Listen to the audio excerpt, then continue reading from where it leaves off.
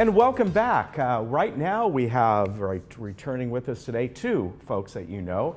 Dr. Trin, Iggy is sitting right over there. Good to see you, sir. Irvine Clinical Research, talking about Alzheimer's today. And we have Lisa Thurman. Now, Lisa has been on, were you on a few weeks ago? Hasn't been that long ago. And you're with the Global Alzheimer's Platform Foundation. And again, we're talking about detecting Alzheimer's in an early stage and just all kinds of things, right? So this is, what you just found out, is it today or tomorrow, World Alzheimer's? Tomorrow. Tomorrow. Yeah, International World Alzheimer's Day. Yeah. And, you know, in a way that's kind of a big step, because you think about years ago, it was something that people never even heard of or didn't know much about. I remember many, many years ago when President Reagan was diagnosed with that.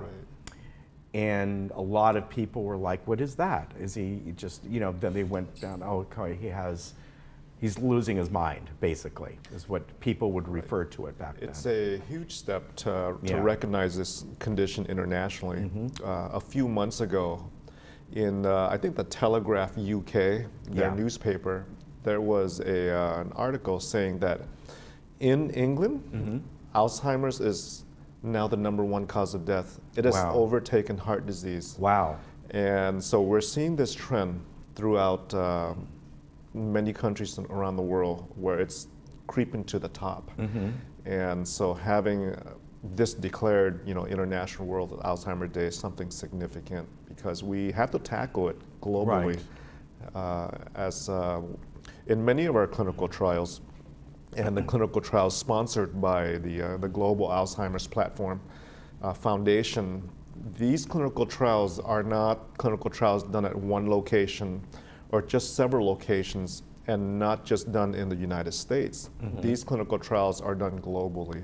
Multiple countries participate using the same protocol. Right, and that's what I was going to ask. And Lisa, we've seen studies in many, many things over the years, whatever it may be.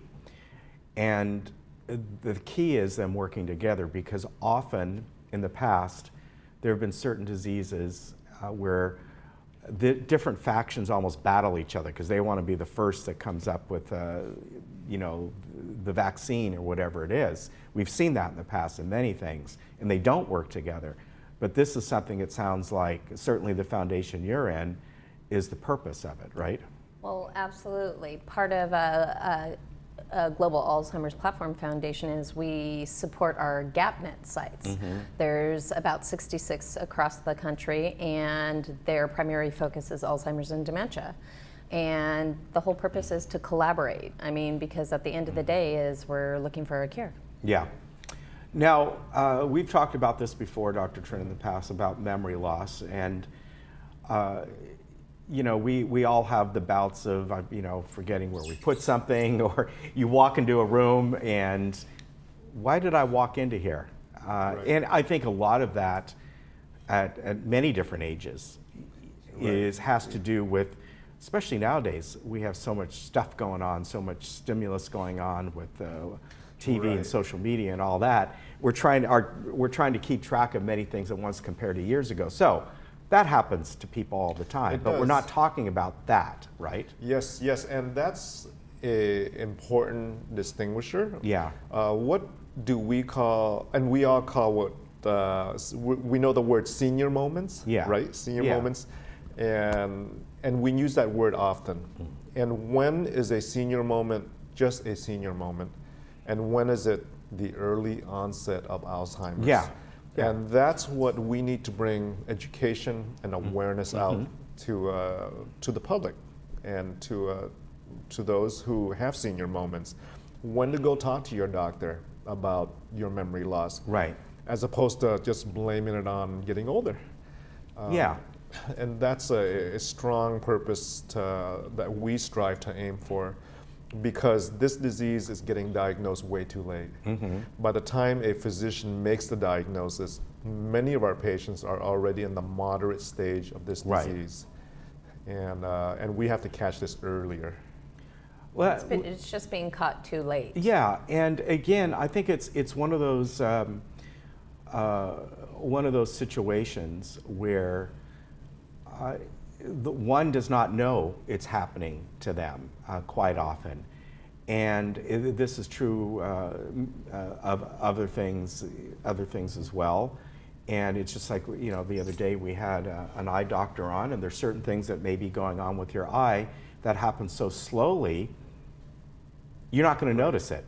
But it's something they can detect early on, sort of the same thing, and have it treated. So how does someone do this on and what I mean is, obviously with Irvine Clinical Research, you have the ability to do early testing, but for the average person, goes in once or twice a year to see their physician checkup. It's not part of their routine. It's not like, well, we're gonna check your blood, we're gonna check this, we're gonna check that. It's not part of a routine.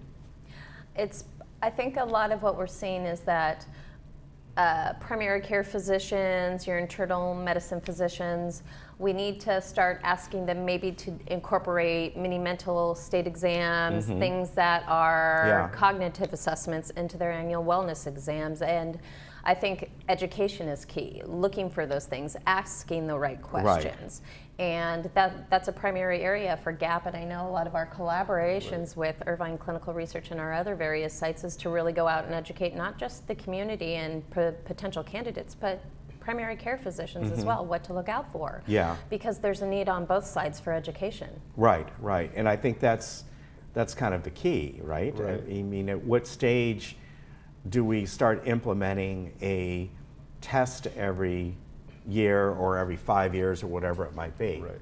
Because if you're not looking for the disease, you're not going to diagnose it. Right. And until you look for it, until you screen for it on a regular basis, you're going to miss that diagnosis in the early stage. And the problem is the surveys show that the average primary care physician has 7 minutes with their patient. Yeah. And in that 7 minutes, you address, blood pressure, diabetes, lab results, put in referrals, write prescriptions. Yeah. So when does memory loss come up there as a discussion? We just don't have that time. Yeah. We need that time. We need to allocate that time. Yeah. And I think that's something that, again, it's hard to implement on a regular basis, right? It really needs to be incorporated in the general wellness exam. It really, really does. And I mean, educating primary care physicians, your mid-level providers, those are the key areas that we're trying to focus on, as well as the community. And you've talked about, it's got to be caught early. Well, what stage do we start looking for it? At what, I guess, at what age level? Is it 40 and up? Is it 50? Is it, So the thing with Alzheimer's is, you've heard me talk about the plaque that builds up. And what we found out from our ability now to do PET scans to look for the plaque, we have found that this plaque builds up 15 to 20 years early. So the disease truly starts 15 to 20 years before symptoms, before the brain gives in and you develop symptoms. So great question. When do you start? We know that Medicare pays for and approves what's called an annual wellness visit. Yeah. That annual wellness visit is not a complete physical exam. It is different than a complete physical exam. But incorporated in that annual wellness visit is a memory test that's done. The problem is patients are not aware of the difference. So they call and they say, oh, I need an annual physical. And they get their annual physical, which doesn't necessarily incorporate that memory test. But the annual wellness visit does exist. It needs to be promoted among patients to ask their doctor for an annual wellness visit, where part of that, again, is a memory test. Physicians need to do it as well. There are many physicians who are way too busy to incorporate an annual wellness visit on top of an annual physical or things of that sort. So it needs to come from both sides, and we need to promote that annual wellness visit where we can do a memory test. Well, talking about what you just said, Medicare. However, this may need something that's diagnosed 10 years before somebody is even eligible for Medicare, right? So there it becomes a problem too, trying to get if you're not on Medicare, maybe you're with a type of program that has that built into it, but a lot of them don't. And to call your doctor and say, you know what, Dr. Tren told me I need to have this done, and I'm 52 years old. They're going to be like, what? And call the insurance company. Insurance company would go, what? That's part of the problem. That's part of the problem. The system is not prepared or set up, which is why in Orange County, Alzheimer's is the third leading cause of death. Yeah. Now, as things progress with Alzheimer's, and when you talk about a cause of death, it's not, if I recall what you said, it's not the disease per se, it's the effects of it. Forgetting things in your life, not taking your medication, just basically your general way of taking care of yourself falls by the wayside, and that can produce problems, right? It's a lifestyle deterioration, a slow lifestyle deterioration. Opening up the fridge and not being able to remember why you opened it up, what you were looking for. It's those little, the little nuances, the little nuances of the symptoms of the disease. So, I know you have your free consultation, and people can check that out. And, how to prevent those problems later in life if you may detect something. Lifestyle changes. Is it still part of something you should be doing, and keeping your mind active with whatever it may be, visiting people, reading, whatever it might be. The Global Alzheimer's Platform Foundation has a really neat